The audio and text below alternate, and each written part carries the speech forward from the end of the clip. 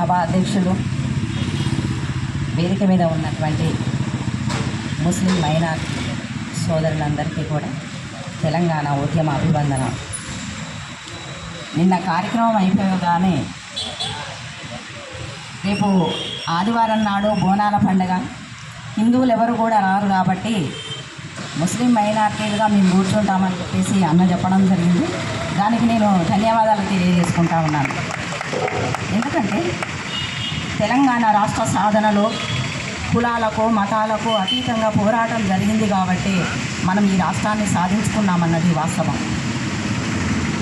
అనేక ఇబ్బందులు పడి అయినా కూడా కుల మతాలకు అతీతంగా పోరాటంలో భాగస్వామ్యమై ఇవాళ ఆంధ్ర పాలకులని వెళ్ళగొట్టి మా రాష్ట్రం మాది, మా పరిపాలన మాది అనే దాంట్లో ముస్లిం మైనారిటీ సోదరుల పాత్ర అమోఘమైనది రాష్ట్ర వ్యాప్తంగా.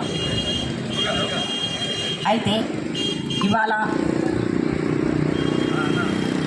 ఏదైతే బుల్లెట్ ట్రైన్ సాధన సమితి ఆధ్వర్యంలో తలపెట్టినటువంటి ఈ నిరవధిక నిరహార దీక్ష ఇవాళ 3వ రోజుకు చేరుకున్నది.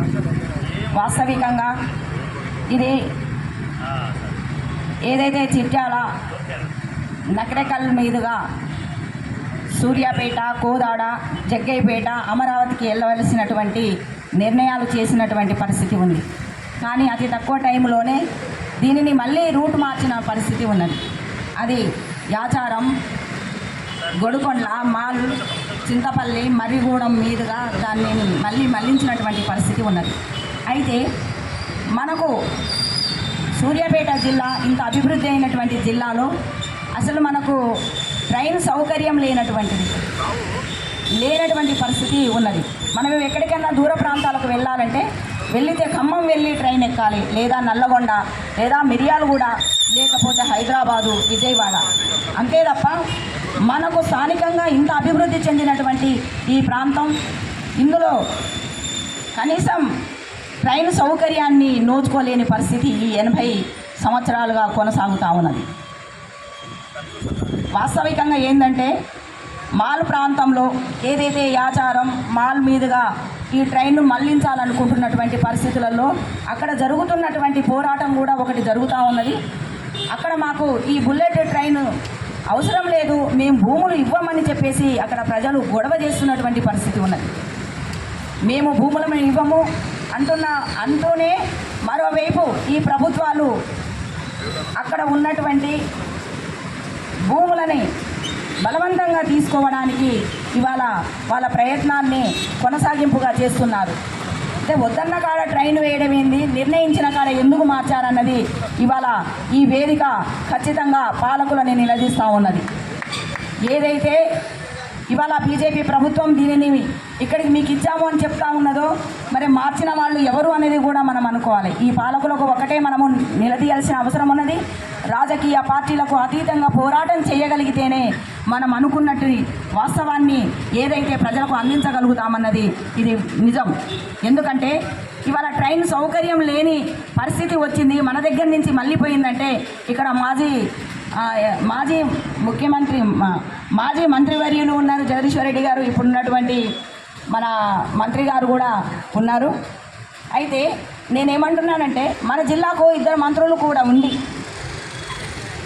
ఏం చేయలేని పరిస్థితి ఎందుకు వచ్చిందని నేను అడుగుతా ఉన్నాను. ఇవాళ ప్రజలు మీ అందరికీ ఓట్లేసి గెలిపించినటువంటి పరిస్థితి కూడా ఉన్నది. ఇవాళ ఉత్తమ్ కుమార్ అన్న పూర్తి బాధ్యత తీసుకొని పని చేయాల్సిన అవసరం ఉన్నది. ఎందుకంటే ఎవరైతే అధికారంలో ఉన్నారో దీన్ని మార్చడం ఎవరికి సాధ్యమవుతుందంటే సాధ్యమైనటువంటి ప్రజా సంఘాలకో రాజకీయ పార్టీలకో సాధ్యమయ్యేది కాదు. ఎవరైతే ప్రభుత్వాలలో ఉన్నారో అది కేంద్ర రాష్ట్రాల ప్రభుత్వాల ఆధీనంలోనే ఈ మార్పు జరుగుతుందన్నది వాస్తవం. అందుకే నేను ఒకటే కోరుకుంటా ఉన్నాను, ఇవాళ ఈ నిరహార దీక్ష ఇది కొనసాగింపుగా ఉంటుంది.